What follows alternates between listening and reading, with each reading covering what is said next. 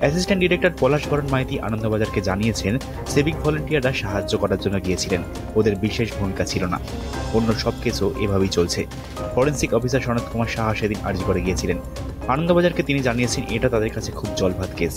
14ই August রাতে আরজি করে হামলার ঘটনায় একাধিক ফরেন্সিক বিশেষজ্ঞ ও বায়োলজিস্টকে পাঠানো হয়েছিল। হামলার ঘটনায় কেন এই তৎপরতা তা নিয়ে প্রশ্ন উঠেছে। সুপ্রিম কোর্টের শুনানিতে সলিসিটর জেনারেল তুষার মেহতা ফরেন্সিক রিপোর্ট হাতে নিয়ে প্রশ্ন করেন, কে নমুনা সংগ্রহ করেছিলেন।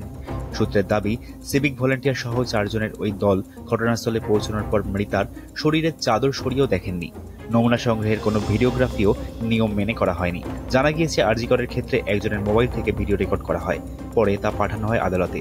ন্যায় সংহিতার নিয়ম বলছে, ফরেন্সিক নমুনা সংগ্রহের গোটা পর্ব ভিডিওগ্রাফি করে রাখাই নিয়ম। ফুটেজ তুলে মেমোরি কার্ড সিল করে আদালতে পাঠাতে হয়। ওই চিপ বা কার্ড আদালতে বিচারকের খুলে দেখার কথা। আরজিকর কাণ্ডে যা হয়নি। যেভাবে এক কর্মীর ফোনে ভিডিও রেকর্ড করা হয়েছে, তাতে ফুটেজে অদল বদল করার সুযোগ থেকেই যায়। ফরেন্সিক সায়েন্স ল্যাবের তরফ থেকে জানানো হয়, এই ভিডিওগ্রাফির লোক কলকাতা পুলিশের পক্ষ থেকে আসে। সেদিন ওই সময় কোনো লোককে পাননি তারা। তাদের ইউনিট খুবই ছোট, তাই এত লোক নেই, সেই নিয়ে চালাতে হচ্ছে। রাজ্য ফরেন্সিক সায়েন্স ল্যাবের অ্যাডমিন কে জয়রামন জানিয়েছেন, প্রতি বছর রাজ্যে এমন 70,000 মামলা রুজু হয়। এত মামলায় লোক পাঠানোর মতো লোকই নেই তাদের।